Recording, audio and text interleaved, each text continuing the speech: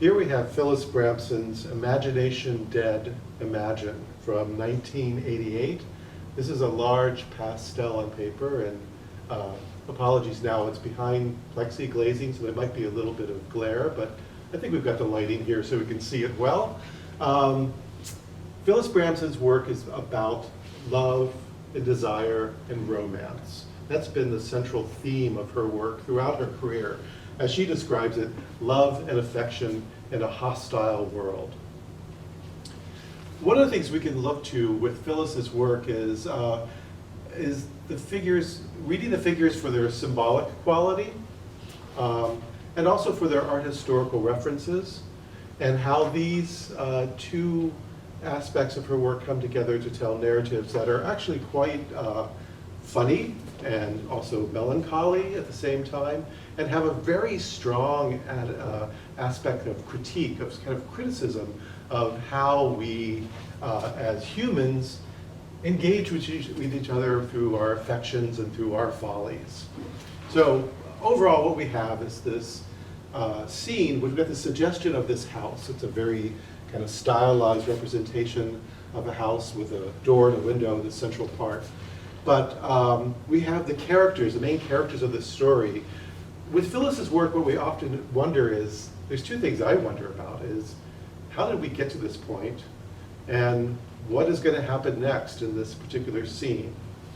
I mentioned she pulls from art history, and one of the some of the areas that are very big influence on her work are earlier movements like the Baroque movement, the Rococo movement, and also in the 19th and 20th century, the idea of Orientalism, chinoiserie, looking to this kind of characterized, stereotypical aspect of Asian culture that was prominent in Europe and the Americas, especially in kitsch culture, and the little figurines and tchotchkes around people's homes that oftentimes had comical and very negative stereotypes of Asians, of Latinos, of other people, that was used in a way to be humorous, to be titillating.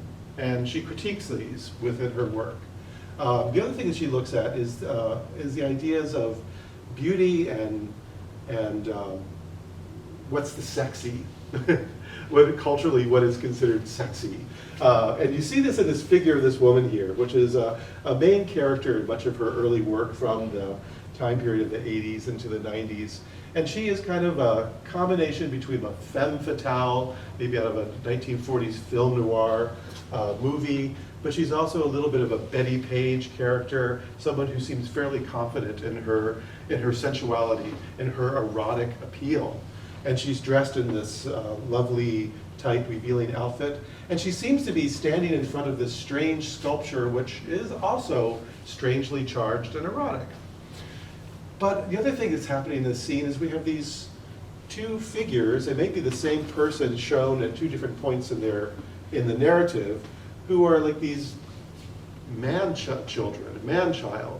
And if this is a couple, what is the situation? What is the relationship here? This is where we're left to wonder.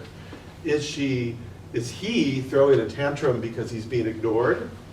Or is she praying to some idol of, to some fetish or idol, longing for the day where he actually grows up and becomes a man? Is this the dynamic that's happening here? This is what's at play. But the whole scene itself is kind of in turmoil. We also have this wonderful Dr. Seussian-like contraption here with a bottle of something. Is that love potion? Is that the miracle cure for this moment?